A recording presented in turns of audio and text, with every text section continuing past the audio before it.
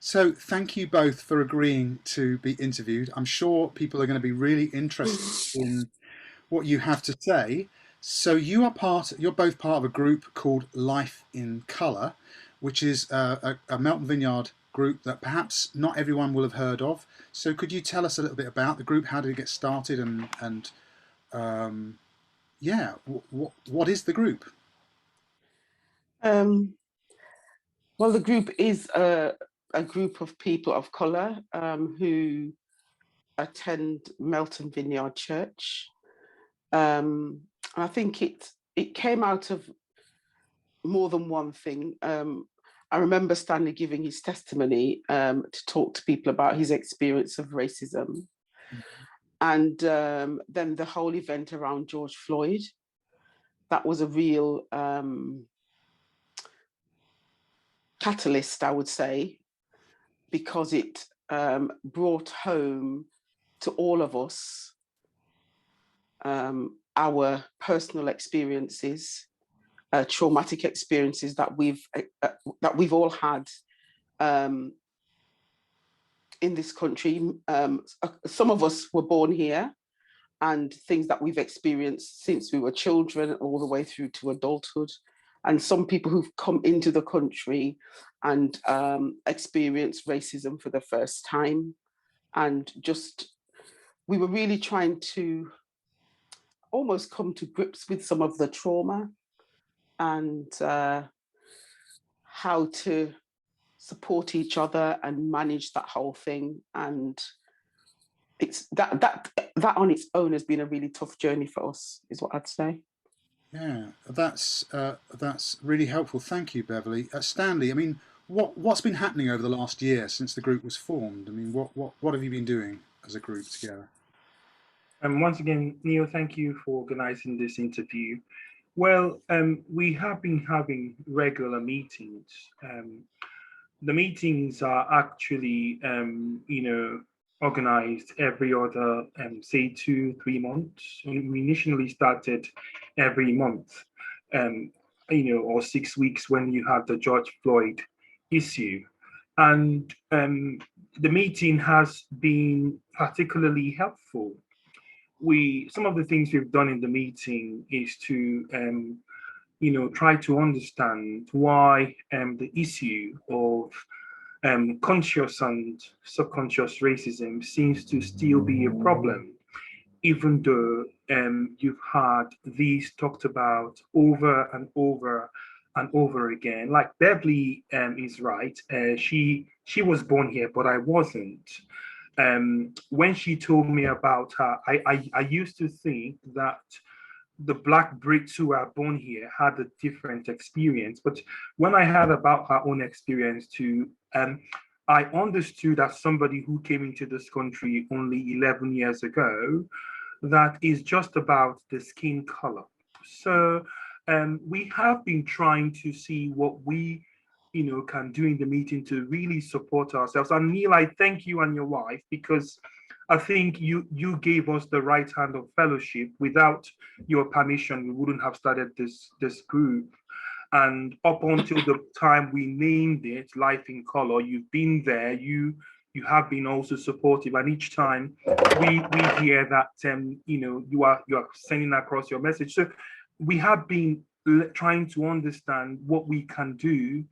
One of the things, the highlights of the meeting is we have looked at possible ways where we can not just support ourselves, but try to see how we can also get across other people who are of the same, who are not particularly Caucasians into this group, and how we can also reach out to them.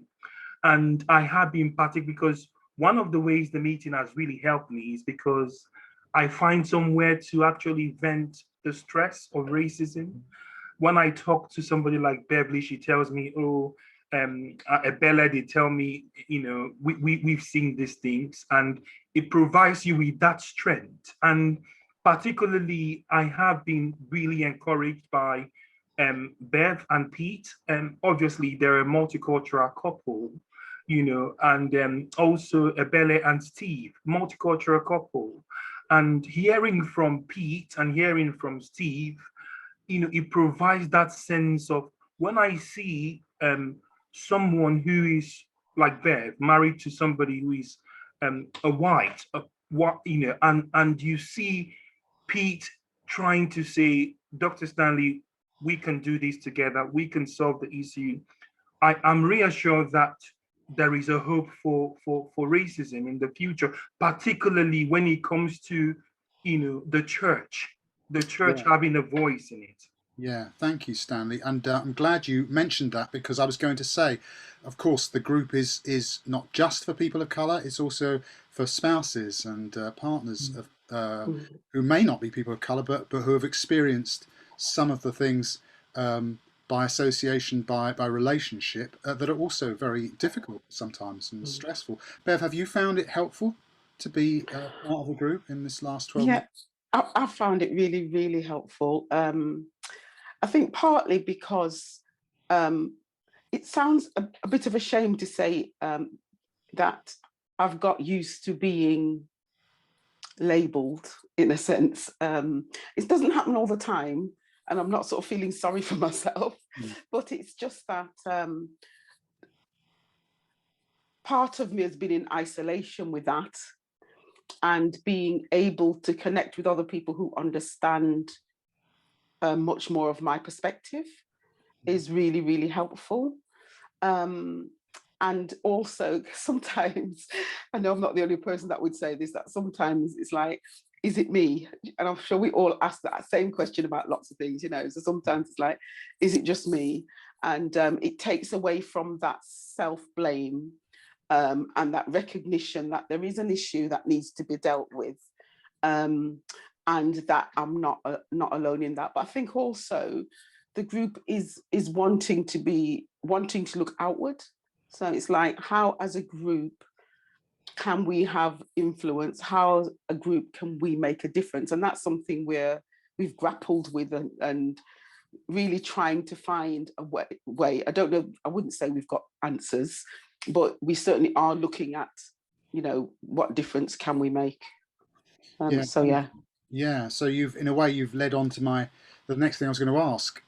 Stanley, I mean, from your point of view, what are your hopes for the group and what might be achieved over a longer period? Well, I'll just give Salvation Army as an example.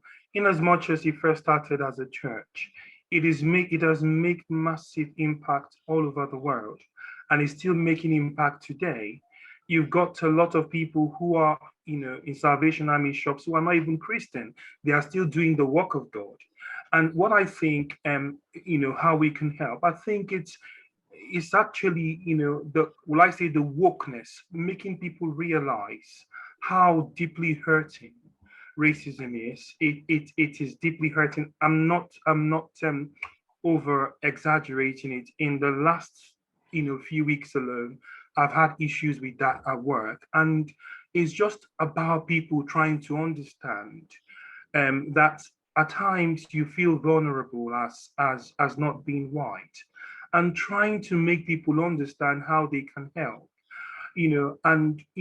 This kind of interview, for example, letting people know that being Black at times is actually being vulnerable.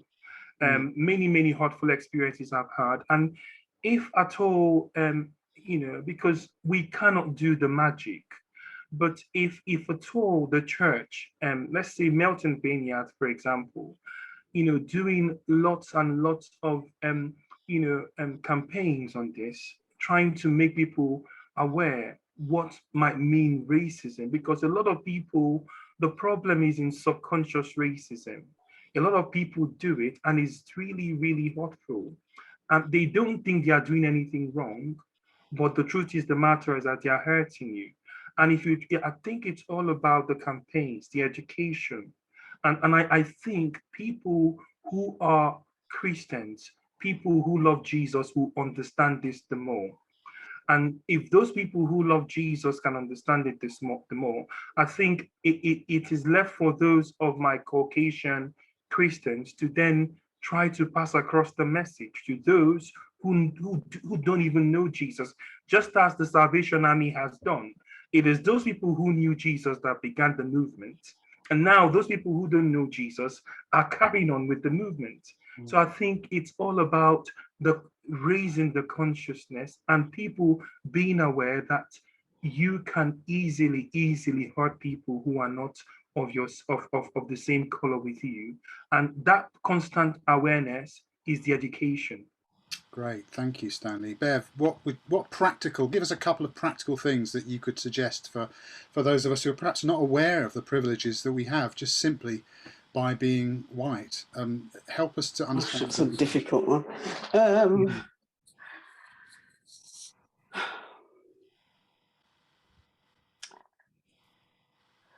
Something that seems really ordinary. For example, as a Black woman, my hair is very different. I don't mind someone asking me, what have you done, or how do you do your hair, or stuff like that. But when you get people that sort of touch your hair and go, oh, that's different to mine, isn't it? You know, and people may, I mean, Stanley can laugh. People do it, you know, or it hasn't happened to me here, but it has happened in another church where we've had like a community food, and I bring Caribbean food, and someone makes a face, oh, and what's that? You know, the comments and the rather than just being open, it's fine to ask. You say, oh, I've not seen that before. What is it? Someone's asking a legitimate question and wanting to understand, but just passing comment because a difference is seen is really not okay. Is really not okay at all. And those kind of things do happen, unfortunately. I don't know if Stanley wants to add anything. I want to add something. I think what I will add is, from Jesus is our example, and we have to look at him. And what did we know Jesus for? Jesus did not differentiate between the rich and the poor. He was there for Zacchaeus. He was there for the man who was just 1 minute away from hell on the cross, who said, remember me. He was there for the adulterer. The Bible says he was a friend of sinners. So I think from a church point of view, you know, when I first joined Melton Vineyard, and I found out that people were really welcoming. There was a time during the break time, there's a 5 minutes when we have a break. The way people turn around to ask me, where are you? You know, where do you live? Those things might be so little, but they go a long way. Neil, you invited me to your house to have a dinner. Those things are so touching. I still got Tony and Pam calling me over the weekend saying, Dr. Stanley, can you come over? Those things are the things that when I see those things, I feel that I've got brothers in Melton Vineyard. So I think more of those. But you see, that's Melton Vineyard. It doesn't happen at work. I wish it happened at work. So I think those are the practical examples. I wish if the world was like that, it's going to be a very happy place to live. Thank you. Well, I'm glad that we've come up with some examples of how we have been a welcoming church. How, you know, just a final thought really, from one thought from each of you. How can we be more welcoming, more attractive to people of colour? Just, are there things that we could do that would make it easier for people to come through the door? I think one of the things that makes it easier is to see people like yourself. Mm-hmm. When people who are white walk into church, there's lots of white people to say, I know you can't do anything about the numbers of the people. I don't mean it in that sense, but I do think that we don't have a lot of Black people in the church anyway, but I just think having more people of colour visible, because it does matter, doesn't it? When we go anywhere, people look around to see someone that is like them. Mm-hmm. And sometimes that's just not there. That's what I'd say. Yeah. Stanley?